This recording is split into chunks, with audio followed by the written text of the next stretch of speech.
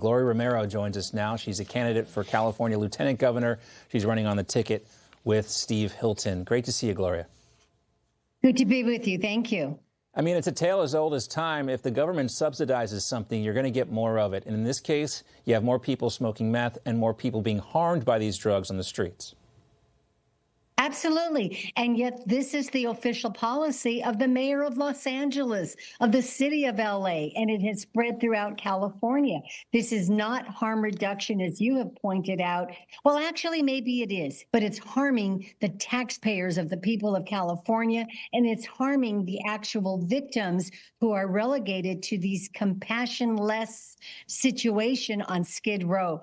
Nobody's being helped by this. Giving meth, giving crack pipes to people who need basically to have a stoppage to these conditions, it's not helping anybody. Now, you mentioned Karen Bass. She recently defended meth addicts. Listen to this. You sleep out on the street for a couple of weeks and tell me that you're not using something to stay sane or use meth so that you don't go to sleep to protect yourself. Now, a reporter pressed her on it, and Bass says that's not what she meant. You said that people are on the street using meth for protection? Well, no. What I said is no. What I said is that I know that people have used meth to stay awake at night so they don't fall asleep because they're worried about being assaulted. Meth is not protection. Sorry to sound cynical here, but there is maybe a vested interest in Gavin Newsom and Karen Bass wanting to expand the homeless population. I mean, we've seen the video of how ballots were handed out and homeless people and drug addicts were paid to fill out those ballots. Do you think there's any correlation here? I think it's very clear. This whole grifting that's going on, the millions, the doubling of budgets of previous, basically rather obscure, so-called nonprofit organizations, they are basically subsidiaries and donors to the political machine that's run by Karen Bass and by Gavin Newsom.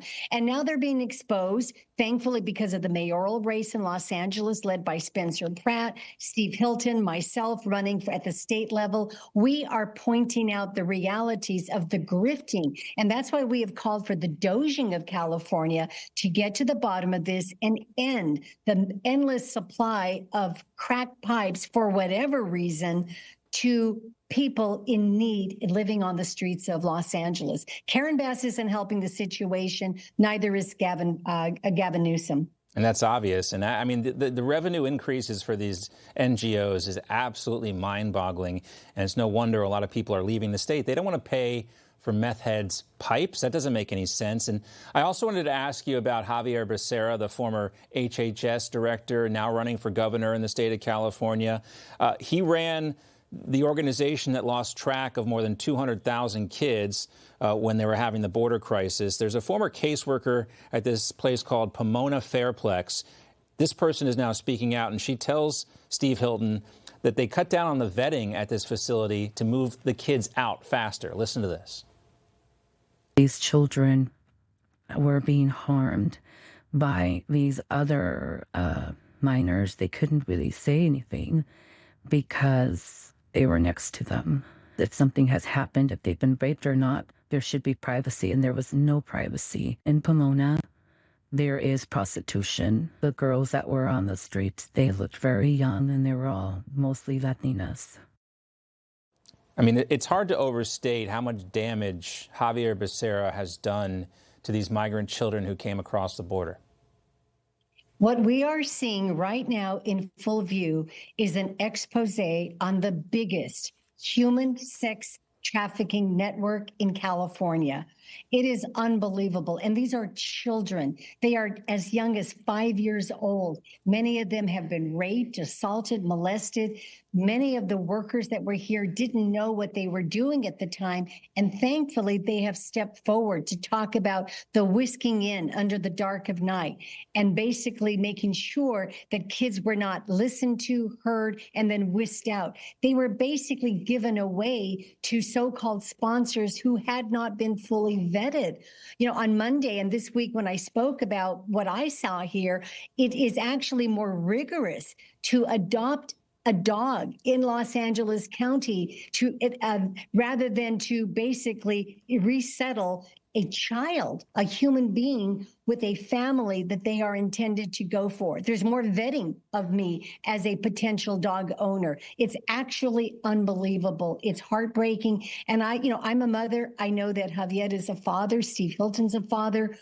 I just call them as a human being, as a father, Secretary Becerra, take responsibility. Where are the children? They were under his authority, his control. I'm calling on him to speak up and to show the way, because as Lieutenant Governor, we are going to create a very strong network fighting human sex trafficking. And I have no doubt that many of these children ended up somewhere on the streets of Los Angeles, now pimping out the little bodies to cartels and others in Los Angeles. And that is just morally wrong. We need the former secretary to take responsibility. It's clear he could have done more to stop it if he didn't care as much as he cares about his future political aspirations and his next office that he wants to hold. Steve Hilton, your running mate, was on Newsmax last night. Take a listen to what he said.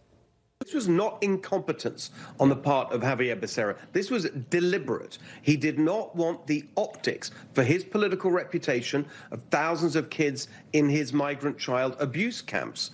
And so he dismantled the vetting that was in place, and that's what our whistleblower was testifying to this week. So instead of checking where they were sending these children, they just said, get them out the door. Becerra personally instructed them to stop vetting the children, and they ended up in the hands of child sex traffickers, child slave labor, industrial action, a 13-year-old kid with his arm ripped off. I mean, horrific stories of abuse. And there is more to come, because we are getting whistleblowers coming forward in response to what we've been putting out there. We know the California AG is not going to do anything to crack down on this type of stuff. Are you hoping the feds will bring charges? I think the feds should bring charges, but I think the most important charge should be brought by the voters of the people of California.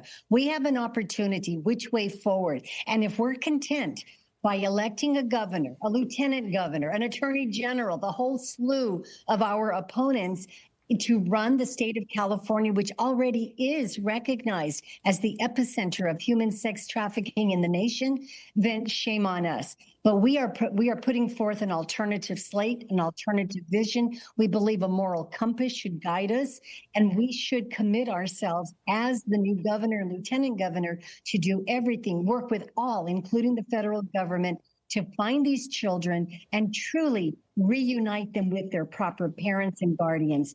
Anything less than that, it's just absolutely unimaginable that this would happen in the so-called golden state of California. Enough. There's a stark difference that voters have a choice to make a change in California. Election day is November. I guess we should find out who actually wins sometime around the new year, is the way it works in California. Something else that could change, too, if California voters actually elected Republicans. Gloria, thank you so much. Great to see you, and good luck on the campaign. Thank you so much.